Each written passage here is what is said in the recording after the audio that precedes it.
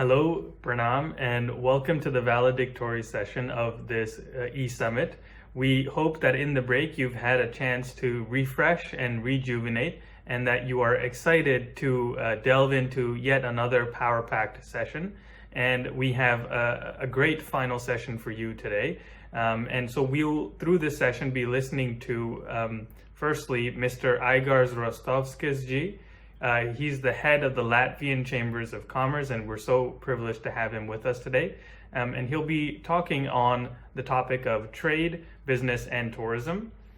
After him, we'll be listening to the respected Professor Sigma Ankravaji. She was one of the fellow co-dreamers of the Center for Baltic Culture and Studies, and besides that is a professor emeritus at the University of Latvia. And she'll be shedding light on the topic of linguistics, history, and culture. Next, we'll be hearing from Dr. Marina Losivica-ji, who presides at the University of Latvia and is from the Faculty of Medicine. And we'll be shedding light on the topic of medicine, health, and psychology. We then will be proceeding further to listen to Ms. Guna Bilande-ji, who is the owner of Recure Center and is a member of the Council of Small and Medium-Sized Enterprises in the Latvian Chambers of Commerce and Trade. She'll be shedding light on the topic of yoga and complementary and alternative therapy. And finally, we'll be hearing from Ms. Sandra Zanberga-ji, who is the Director of Music and Art Support Foundation, and also we'll be listening to Ms. Regina Vukaneji, and both of them will be enlightening us on the perspectives of music and dance. And so, without further delay, let us delve right into our next session, and we'll see you through our discussions.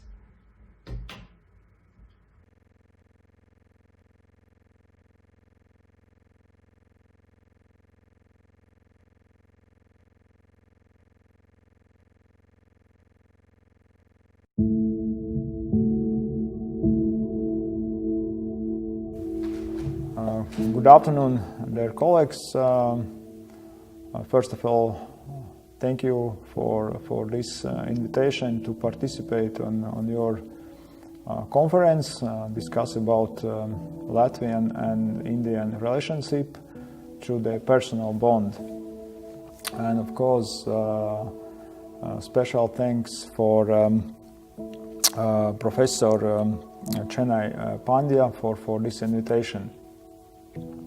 Actually, before I start my speech, I just a little bit look back to my personal ties with India, and I remember how I came to India before some 12 or 30 years ago. And this is, for me, it was my first trip to India, and it happens through one of the yoga centers in Latvia. And in that trip, I was in India in some 3-4 places. And actually, this shows, if you talk about yoga, how our relations are close. Because in Latvia, this yoga knowledge become more and more popular. And afterwards, I was in India many times, and actually, mostly I stay in Kerala state, and currently I have many private relations, very deep, interesting relations. And last my experience was very interesting. 2 years ago, I participated in one of Indian marriage, and for me personally, it was very great and deep experience about Indian culture. And finalize this brief story about this personal bond. I understand how important is this people-to-people relations, cultural relations, and if we more deeply understand each other, then afterwards it's more easy to build up business relations. Now, if we a little bit move to the business relations, as me as a person, my main business is education business. I'm owner of biggest private university in Baltics, and we have more than 3,000 students, and many of them are from foreign countries. And a very important part of that story, then the main market for foreign students is Indian market. And this year, of course, we touched this a little bit with this COVID crisis, but in last year in my university study approx 400 students from India, from different areas. And from my point of view, it's a very important part if we talk about next more closer relations between Latvia and India, because all those Indian students who study in Latvia, they more deeply understand how we live here, how is our culture, and etc. And of course, as well for our students who have classmates from Indian students, they more closer understand things about Indian lifestyle, about Indian culture. And as I'm represented largest entrepreneurs organization in Latvia, Latvian Chamber of Commerce and Industry. Many of our members as well are very good ties with Indian market, and of course if we compare our relations with India, entrepreneurs and entrepreneur society, and European entrepreneur society, of course, as we are part of Europe, mostly our relations are in European direction. But as we know, India as economy, the growth in last years become very shows it very high potential. Then we see then more and more business people are interested about Indian market. And of course, if we look on numbers, then we can see not many high level of investments in both sides, and as well export-import activities. Yes, we have that direction, but we have much space to develop it. And of course, from that reason, this kind of meetings, of course, it's according to COVID situation. This conference as well is virtual, but anyway, through this kind of conference, we can promote each other countries for our entrepreneurs, for our citizens as well, because if we can meet more and more often, we can understand each other more better, and afterwards we can organize cultural activities more often and more easy, and as well business activities more often and more easy. And if we talk about Chamber of Commerce relations, then we have very important partners in India, and I will say the main partners in India. We have associated chambers of commerce and industry.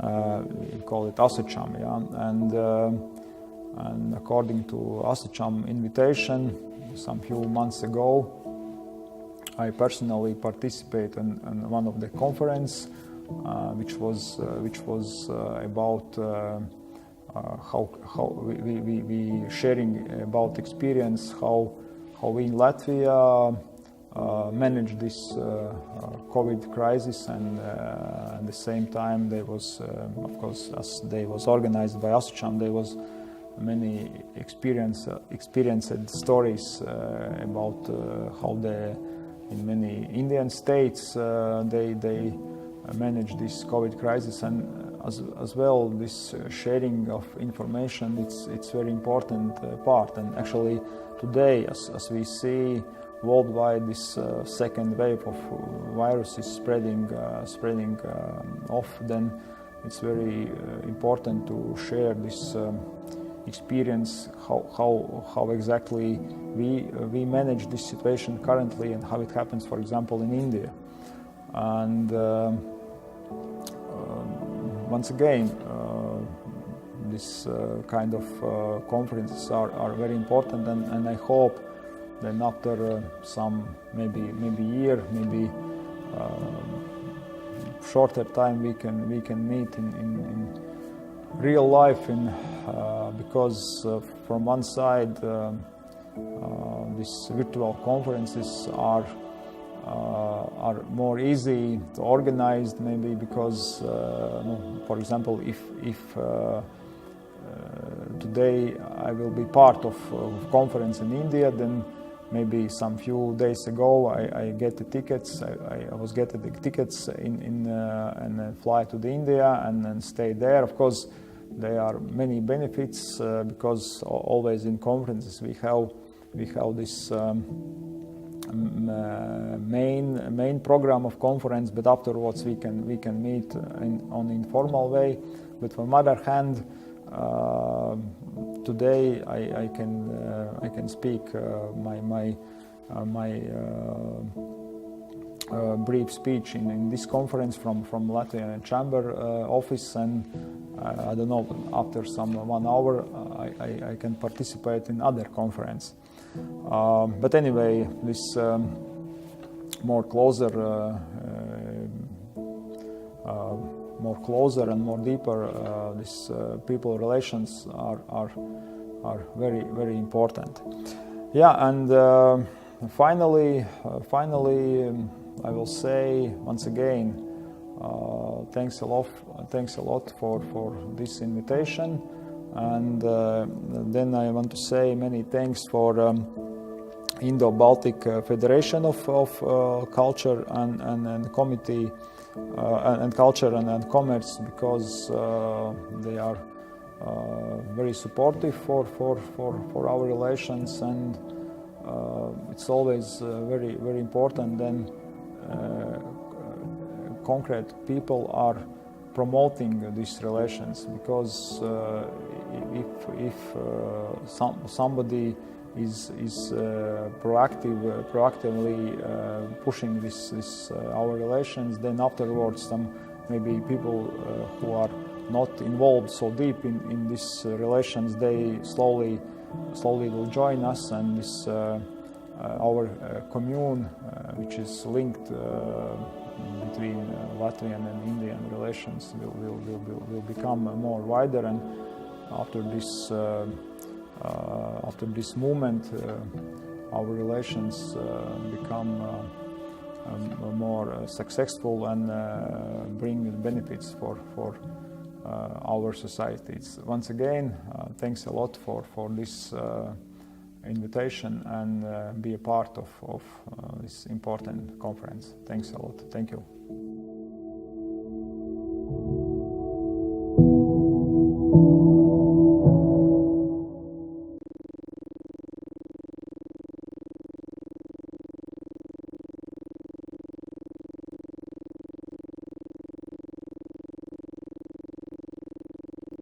Namaste, dear Indian friends and colleagues. I am deeply honored and pleased to talk to you again on the eve of two outstanding events. that is the approaching Diwali, and the eve of Latvia's 102nd birthday, which will be on the 18th of November. In 1918, Latvia got formed as a nation state and republic, where all people were equal before the law, all women and men, regardless of property qualifications, got their election rights. In 1940, it was incorporated in the USSR by military force. Intellectual class was sent to labor camps, books in libraries were destroyed. War began, and those who remained after the war either tried to emigrate to the West, or many of them ended their lives in labor camps again. Probably this is what explains the lack of Sanskrit scholars later after the war in our universities, because those who knew were either disappearing in Siberian labor camps or went to the West and worked there in the universities. Latvia regained its independence in 1991, but during those 50 years, while Latvia was under the Soviet rule, there was an exceptional case in the history of diplomacy, which was recently discovered by the contemporary ambassador of Latvia to India, Mr. Bertels, and that is that the honorary consulate of Latvia in Mumbai was working throughout those 50 years while Latvia was not independent.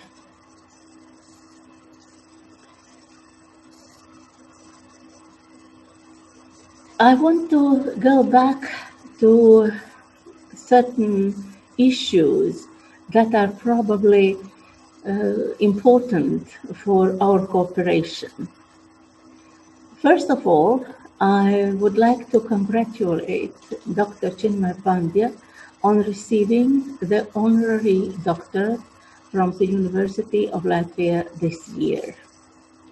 This is a very important event as it's connected with our cooperation in culture and education.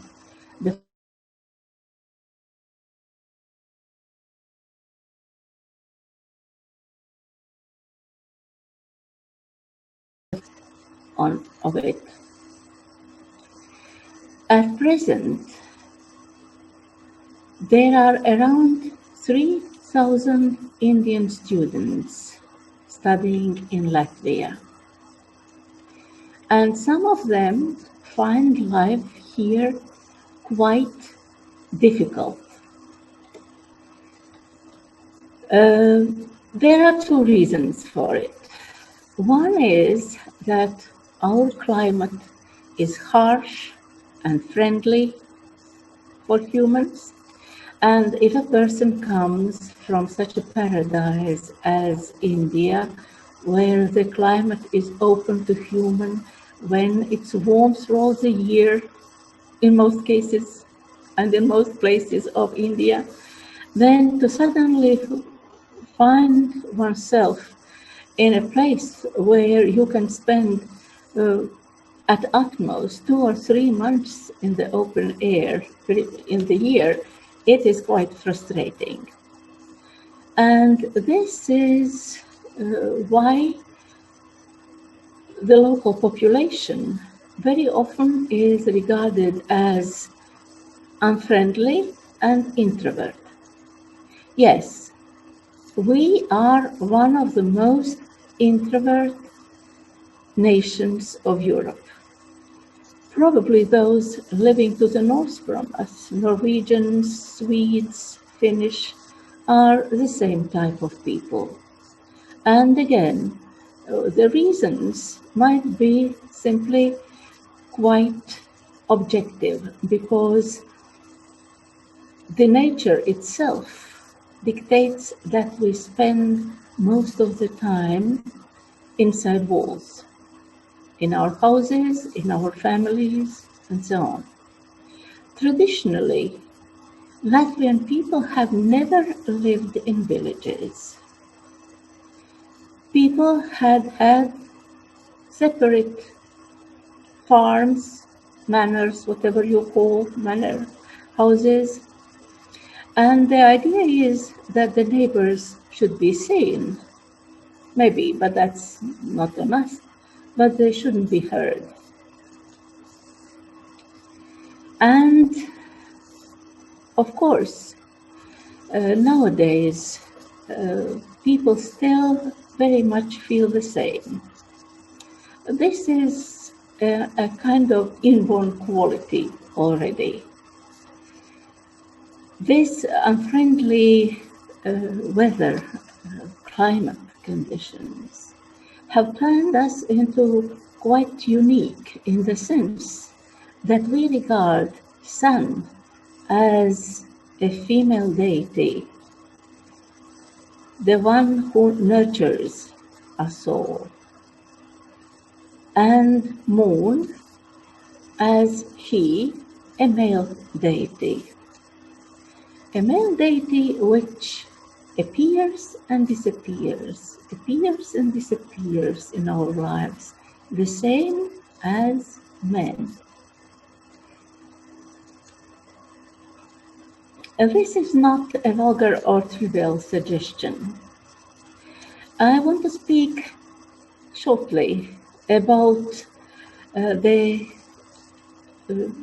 history of Latvia from the point of view of a contemporary person, in the sense that foreigners usually came to Latvia as invaders. And as we often speak when in India about the post-colonial situation and the post-colonial syndrome and so on, in Latvia, we have had a very long history of colonialism, because Latvia was first colonized in the 13th century by the Germans. And this meant that the Germans remained as rulers in Latvia for the coming 7 centuries. What it meant, first of all, it was extermination of Latvian nobility. This didn't happen in Lithuania, which was a neighboring country and is a neighboring country. Germans forced Christianity upon Latvians, and it didn't work. In Lithuania, where nobility was not exterminated, Christianity was first forced on nobility. And when the local nobility spread it among other people, then it started working. That is the reason why in contemporary situation, Lithuania is a consolidated Catholic country, but Latvia remained as a stronghold of pre-Christian religion up to the 18th and 19th centuries. Because there were places in Latvia where people were still worshipping pre-Christian gods. And mostly these were sacred forests, sacred trees, which were the idols of the local gods. Of course, invaders were exterminating the local sages and god men and god women, and still some of them survived, as it was in the case, let's say, in my family, on the maternal line. What it meant for the local population that this pre-Christian religion was preserved. First of all, it meant some inner spiritual freedom for people. No matter what the invaders tried to force, how to persuade people, people never lost their common sense. They regarded themselves as a part of nature. That's why traditionally we want and we try to be as friendly to nature as possible, so that nobody is offended in this world. The local tradition says that you shouldn't hurt any living being. For example, if you hurt, on purpose of course, a frog, for example, your mother will die soon. This colonization of Latvia, which started in the 13th century, had some positive sides as well. The negative side was, of course, this fact that we lost our freedom and that Latvians were turned into serfs. Serfs, which meant that they were partly free, partly slaves. They were not free to move around in their own country. They were not allowed to take up professions which they chose. So they were not allowed to do any artisanship. They were not allowed to participate in trade. They couldn't have their careers in the church. Simply, it was a prohibition of professions. They were supposed to be peasants. They were not allowed in towns.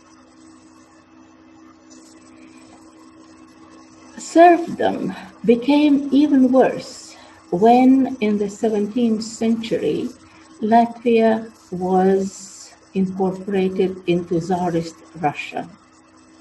Then there was double pressure on the Latvian people by the Russian and by the German nobility. In 1819, most part of Latvia was released of serfdom. Serfdom was abandoned.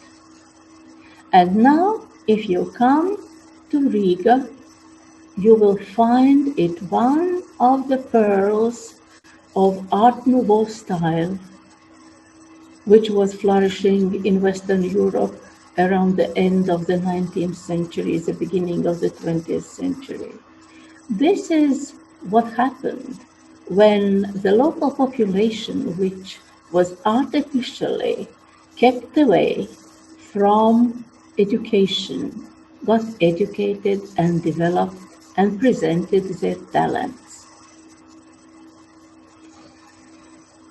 This colonization also had its positive effects in the sense that Latvia became one of the first, or probably the first country in Europe, which solved the problem of literacy. Even in the 18th century, there were more literate people among those serfs who were physically unfree then there was literacy among peasants in Germany or in Britain, for example. Why so? And again, it is probably one of the ironies of colonization, which was trying to subdue the local population. Latvia mostly became under the Protestant Christian Church, which meant that all people had to learn reading and writing if they wanted to get married. If they wanted to get married, they had to get the permission from the local landlord and the clergy. And they could get this permission only when they could present that they can read the Holy Bible. This is how the problem of literacy in Latvia, in fact, was solved. Women were the most educated because they were dealing with kids, they were educating kids, they were teaching writing and reading to kids.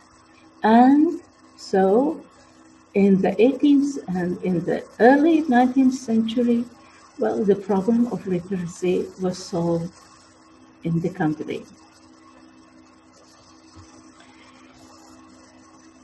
If we take the time, the 50 years Latvia spent under the Soviet rule, it can also be regarded as a kind of colonization. Because Latvia was behind the Iron Curtain and people were not free to move around and to go beyond this Iron Curtain. But there were also good things that we inherited from this time, from this new colonization. First of all, as men in Latvia always, or rather, were brought up so that they were those who were not so much encouraged to stay at home, but to be away and guard the borders and take care of the safety. Women were those who took all the hardships of life on their shoulders.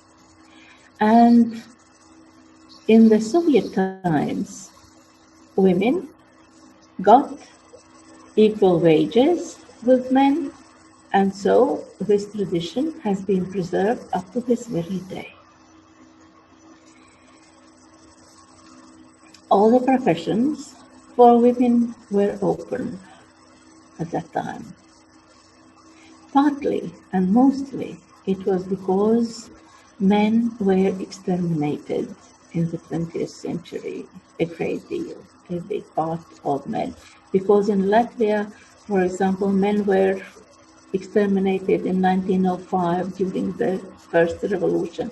Then the First World War, 1914, then the Revolution of 1917, then 1940, then the Second World War and repressions after the Second World War.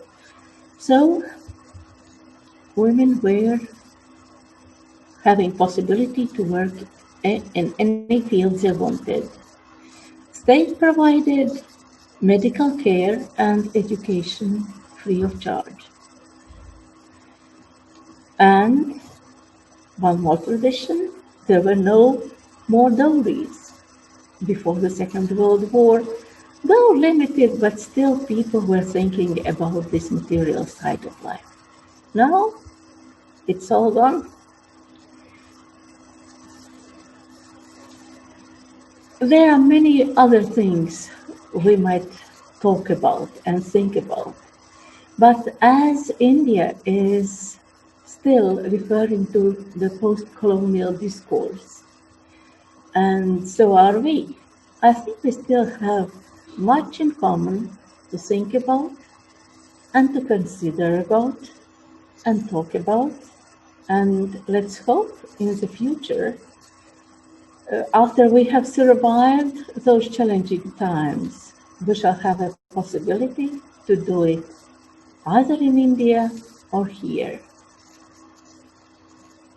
I wish happiness and good health to all of you. Namaste.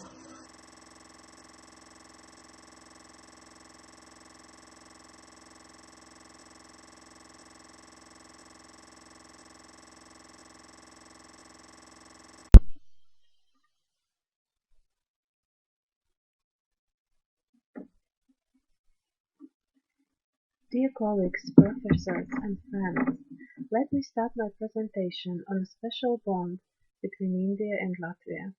This is the story of a woman who made huge impact on yoga in modernity. This is the presentation plan. I will start with the introductory part, then we'll go on with the main findings and finalize with the conclusion. First of all, I would like to disclose that I consider people of India and Russia having common past history that has been forgotten due to wars, revolutions, disasters, and movements of people. When the doctrine of reincarnation was removed from Christianity, that has widened the gap. Folklore and tales have remained. Toponyms, ornaments, and language also remain. The Indo-European unity theory was supported by the contributions of Baltic in the beginning of the past century. What concerns language, the bond between Sanskrit and Slavic language is very strong. They share not the roots only, but also the structure, style, and syntaxis. Professor Durga Prasad Shastri, an Indian professor of Sanskritology, once told, "If I were asked what two languages of the world resembled each other most, I would reply without hesitation Russian and Sanskrit." Nowadays, this theory has been supported by genetic studies that revealed that Eastern Europeans and inhabitants of India share the same group of genes. Considering the Vedic culture in the territory of the Russian Empire, I would like to draw your attention to this picture that presents the church service in the Hindu temple of Astrakhan in the late 18th early 19th century. The remains of this stone temple can still be observed in the city of Astrakhan. Offsprings of intercultural marriages between Tatarians and Indians, called Argyarians from the city of Agra, became ethnical minorities of the Russian Empire. The Russian translation of the Bhagavad Gita was approved by Catherine the Great and the Holy Synod and became very popular reading, as well as the ideas of theosophy in general. When considering leaders who brought Eastern culture back to Europe, we think about Rerich family first. In the 18th century, ancestors of the family moved from the middle part of Russia to the Kurland governorate of the empire, now Latvia. The title of their family estate was Isvara or Ishvara, and there was an Indian noble living in their neighborhood. Considering those who have brought the knowledge of yoga and Vedanta back to Europe, one might think of the students of the famous yoga master Sri Krishnamacharya, the founders of Ashtanga Yoga and Ayurveda Yoga. But there was one more famous student. Let's discover who was she. Her name was Evgenia Vasilievna Peterson-Labunskaya. She was born in Riga, capital of the Governorate of Livonia, Russian Empire. Her father was Vasily Peterson, director of Riga Bank. Her mother was Alexandra Vasilievna Labunskaya, a professional actress and Russian noble. Here is the approximate birth chart of this outstanding person.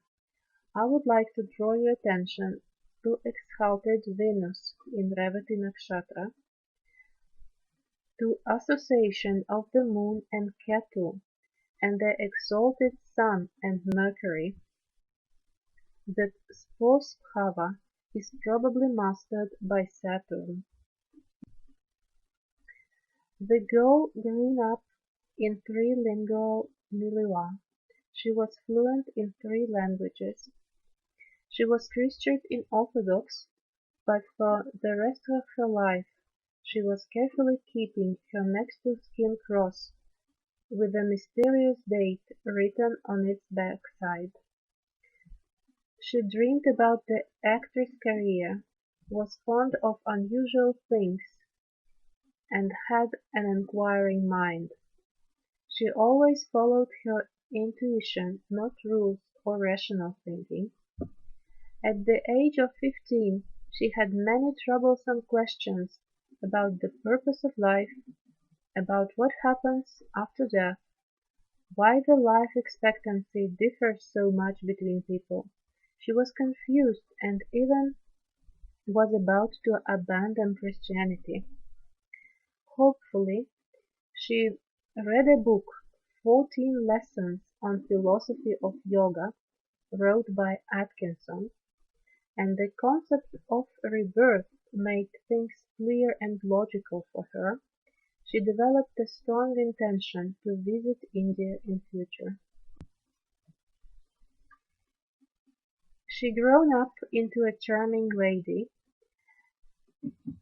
and a family friend, Alexander Nikolaevich Vertinsky, a famous artist, poet, singer, wrote a song about her.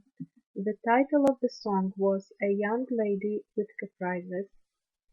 He worshipped the independent character and visual appeal of Eugenia.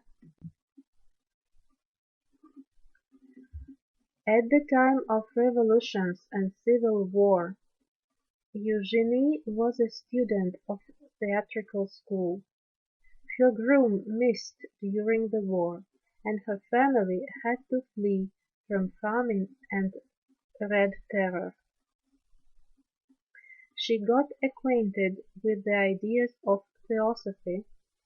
While participating in the corresponding congress, she heard Sanskrit chantings and was emotionally deeply moved. She decided to go to India and realized her intention. She broke up the engagement with a banker. Exploring new culture was like recollection of known but forgotten knowledge and skills. This is probably her, starring in a silent Bollywood movie under the pseudonym Indra Devi or Indira Devi. Some years later she got married with an attaché of the Czechoslovak Republic. She became friends with Mahatma Gandhi, Rabindranath Tagore, and Jawaharlal Nehru, and with the family of Maharaja of Mysore, who maintained a yoga school in their palace where Sri Krishnamacharya taught yoga. At that time Indra developed a heart disease and no one could cure her.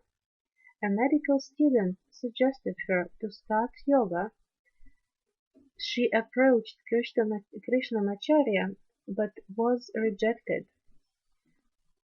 Only when Maharaja family intervened, Krishnamacharya agreed to take her on as a student. Some of her fellow students were to become the great masters. In 1938, a unique documentary was made with Sri Krishnamacharya, Pataphi Jois, Aryangar and Indra Devi and his son demonstrating asanas and pranayamas. She encouraged American and Russian students to come to her school, and they began calling her Mataji, or Mother. Since that time, she was teaching yoga asanas, vegetarian diet, meditation, spreading the ideas of cosmopolitanism throughout the world, from USSR to Southern America. She was the first Westerner to teach yoga in India. Her books became bestsellers. They were sold in many countries and translated into 10 different languages. The most remarkable project of hers was the one in Hollywood. She opened the first Hollywood's yoga studio. She encouraged movie stars and famous people to come to her school.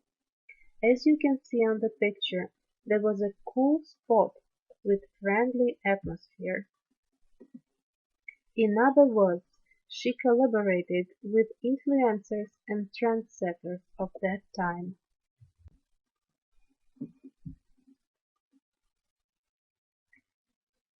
In 1977, Indra's second husband died. She continued to travel the world lecturing and teaching. She was proficient in 12 languages, and was fluent in 5 of them. At the age of 82, she traveled to Argentina and fell in love with this country. Indra Devi was a student of Swami Shivananda Saraswati and a follower of Satya Sai Baba. That's why she began calling her yoga style Sai Yoga. She created the foundation which exists to this day, and she participated in the first National Yoga Conference in Russia. In the beginning of our century, her health began to worsen, and then she died in Buenos Aires in 2002.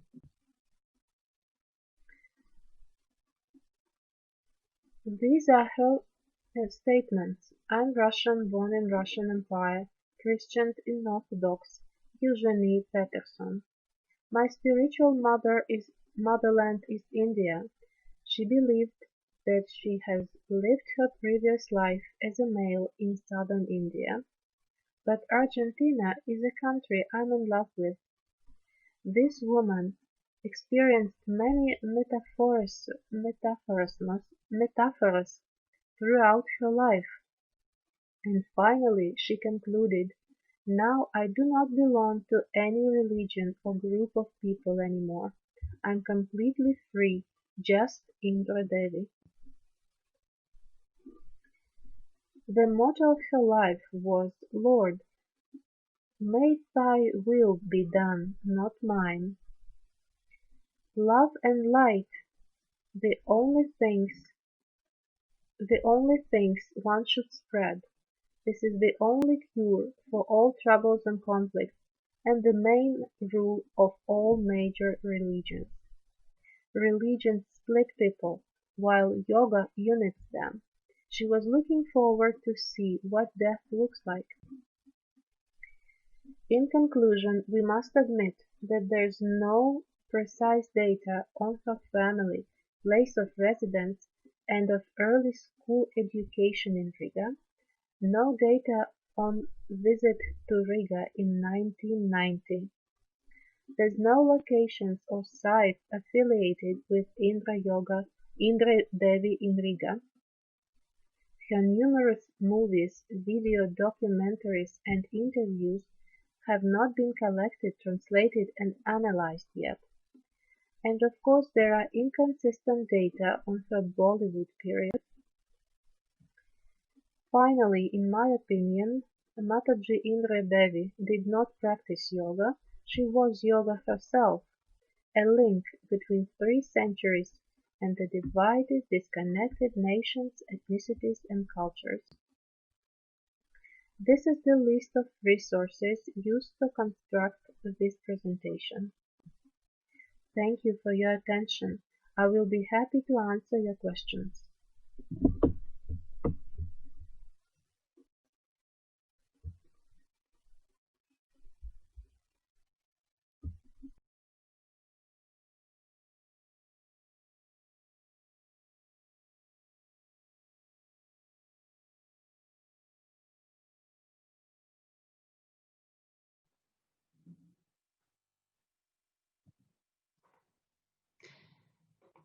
Dear Dr. Chinmay, dear Excellences, hello everyone. This is my great honor to speak to all of you and share my thoughts in this special event, India and Latvia, a personal bond. My name is Guna Biglande and I'm a nutritionist and I'm also running my own health center here in Riga, Latvia. And also I work as a specialist in 2 local hospitals. By all this, I'm currently also doing my medical PhD studies in University of Latvia. And as a business person, I see a need for a support in a lobby of economic and political decisions, and I'm a member of Chamber of Commerce and Trade in a Council of Small and Medium-Sized Enterprises. I have been traveling and working with India already for more than 12 years, and 11 of those I am employing Ayurveda therapists here in Riga. And what are these special bonds that I see in between our countries? And for me, it's not only relations between India and Latvia that are really warm and friendly. We know that we have yoga classes, Hindi classes, as well other activities to learn the traditions and culture of India. Also, universities of Latvia and several universities from Latvia are keen to establish collaborative relations with Indian universities, as well as to receive and to send the students from India to Latvia and from Latvia to India. And it's really a real pleasure to work with Dev Sanskriti University, and it's really great that university is offering Baltic studies with different opportunities for local students. And we also, of course, held business bonds in fields of trade, transport, logistics, and I believe more of them will be shared by other speakers. But there are at least 3 more bonds that I want to point out. So the first one that I find really important for both of our countries is the health. Once one wise man said, for the country to become prosperous and to be successful, government should take care for 3 basic things or 3 basic learnings. The first one is agriculture, the second one is health, and the third one is education. And as far as our politicians consider those as the most important, the rest can be managed, and we will have a healthy society, a wise society, and that will be and our food and our shelters will be proper. Both of our countries have the same worries for the health reasons. It differs, of course, accordingly our geographical and cultural and medical systems, but there are three top points that I want to share. The first one is, of course, the maternal health. And this is really important to speak about the mother's health because this is a long-term public health investment, and educating new mothers, providing them with proper health care, and this will be a long-term health investment that will pay off afterwards in longer period. Of course, from the mothers, we can get the society turns to more healthier and more educated children. And I want to stress on the first 1,000 days in the child's life. The first 1,000 days of life, this is the time spanning roughly between conception and one's second birthday. This is really unique period of opportunity when the foundations of optimal health, growth, and neurodevelopment across the lifespan is established. But yet too frequently in developing countries, poverty and its attendant condition, malnutrition, weaken this foundation, leading to earlier mortality, significant morbidities, such as poor health and more insidiously substantial loss of neurodevelopmental potential. And as the species, we have came from a history of malnutrition that has been considered as a synonymous with undernutrition, the serious lack of obtaining even adequate amounts of nutrition. But in the modern era, while undernutrition remains the major challenge worldwide, the humans are now faced with the negative effects of overnutrition in the form of obesity and risky nutrition, in the form of unbalanced diets and diets contaminated with potential toxin. Each of these conditions can be considered as a bad nutrition and has shown to potentially reduce the brain development of young children. As I already pointed out, obesity is globally is growing a real global worldwide problem, because modern industrialization brings along not only a string of benefits but also a variety of health problems, obesity being of course one of them. And currently globally there are more obese people than those suffering from hunger, and this is really terrifying. For long term, obesity has been overviewed only as a problem of fat and glutinous people and their abnormal eating habits, but there are more deeper issues than just overeating and low physical activities. This should be really considered as a severe health condition and treated as a medical condition. Obesity is defined as a chronic, relapsing, multifactorial, neurobehavioral disease. And I want to stress that this is a disease wherein an increase in body fat promotes adipose tissue dysfunction and abnormal fat mass physical forces resulting in adverse metabolic, biomechanical, and physiological health consequences. We shall be aware of all these three conditions when we speak and think about healthy nations in general. So healthy mothers, healthy children, and taking care of proper nutrition, avoiding malnutrition and overnutrition, because both of them are improper. So this was in the block of health.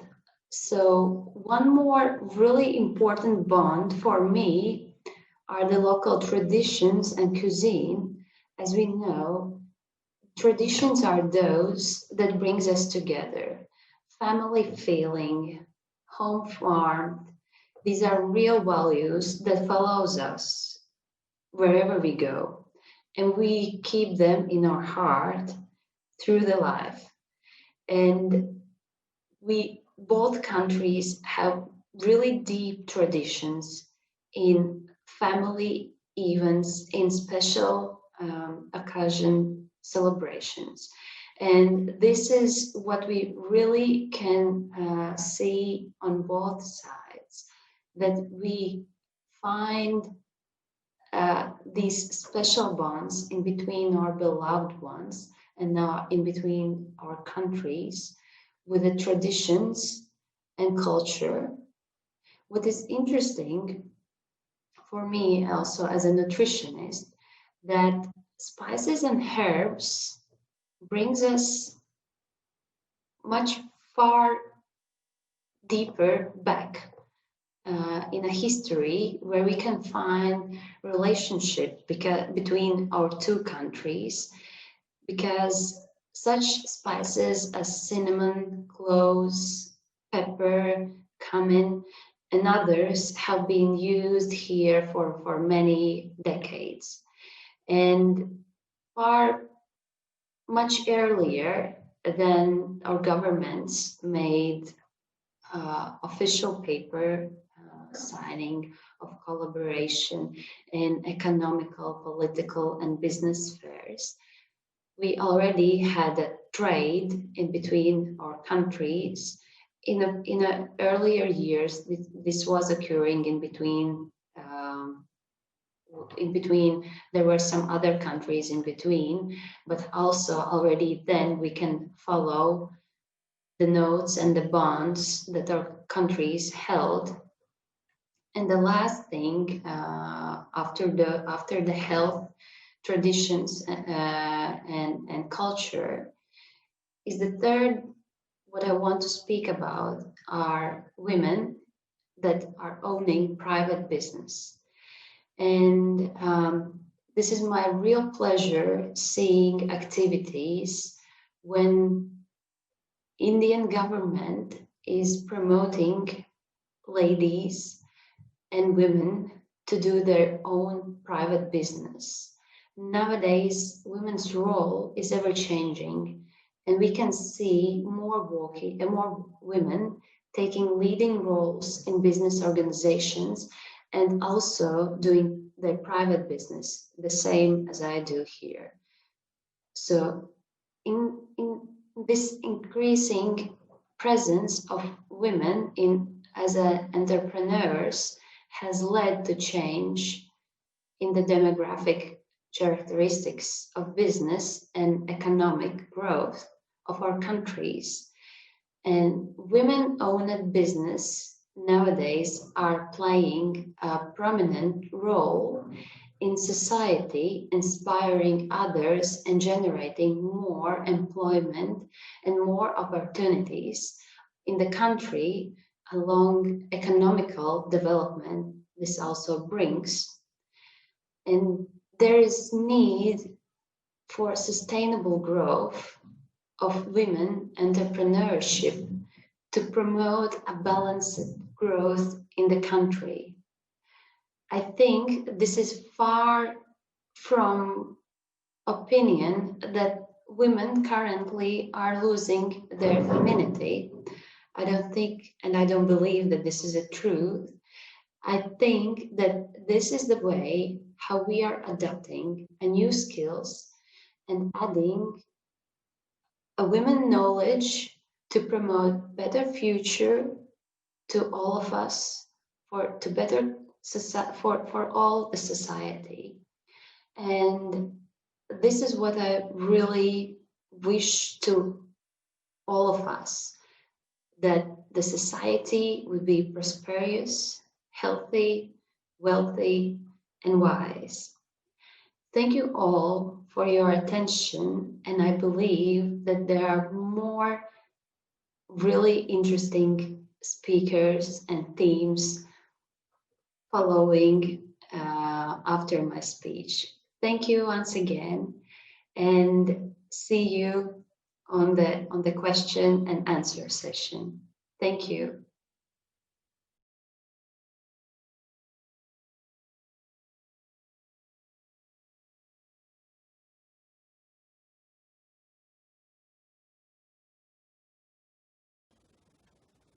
Sandra, my dear mother, do you remember signing this memorandum of understanding between you as the chairperson of Music and Art Foundation and dear Chinmoy Pandya as Vice-Chancellor of Dev Sanskriti University? Of course, Regina, my dear daughter. I remember it very well. It was late autumn, 13th of November 2013, when dear Mr. Chinmoy Pandya visited Latvia for the first time. Yes, and that was the only time when we were to opera, attending the performance in Latvian National Opera. Yes, after the signing this collaboration in our house. Yes, that was a very significant moment. After some conversations, we both came to conclusion that collaboration will equally enrich Latvia and India, and we are keeping our cultural bonds since then. Yes, and we are looking forward to strengthen this collaboration despite the hard times in the whole world. And as a blessing, we are sending this ancient Latvian folk song played by Sandra on this authentic Latvian instrument called kokle.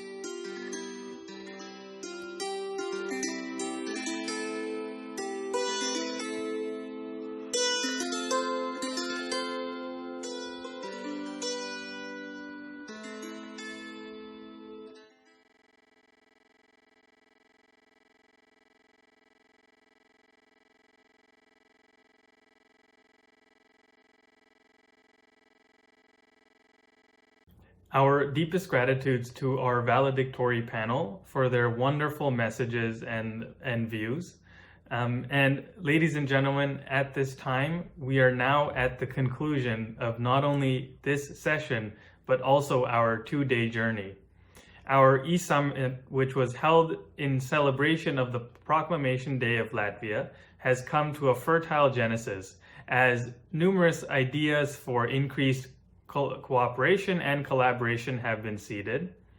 And our theme of this personal bond that India and Latvia share with each other was embraced by all of our speakers, and this was reflected in their thought-provoking messages. We are deeply indebted to all of our panelists and extremely honored to have hosted all of you over the course of these 2 days. And one thing that you might be wondering is, where do we go from here? We need to continue to water and nourish the seeds of knowledge that have been sown by our respected speakers and leaders, so that they can eventually sprout into meaningful seedlings of work. And this would help to further the intentions of our esteemed speakers. Dear friends and viewers from all over the globe, thank you for staying connected with us through these incredibly stimulating 2 days. We hope that you're feeling a renewed sense of enthusiasm, and we hope that you've been able to deepen your perspectives on the sacred bond that India and Latvia share with each other. And we hope that through their views and perspectives and messages, we are all collectively able to foster a sense of increased global unity. And so at this time, we, on behalf of Dev Sanskriti Vishwavidyalaya and the Center for Baltic Culture and Studies, wish you success in your future endeavors, and we humbly request you to stay connected with the efforts of Dev Sanskriti Vishwavidyalaya. And you can do this by visiting our website at www.dsvv.ac.in, or by subscribing to our YouTube channel at Dev Sanskriti Vishwavidyalaya, or also by following us on our various social media platforms, including Facebook, Twitter, and Instagram. And you can equally stay connected with all of the esteemed speakers through their various social media platforms.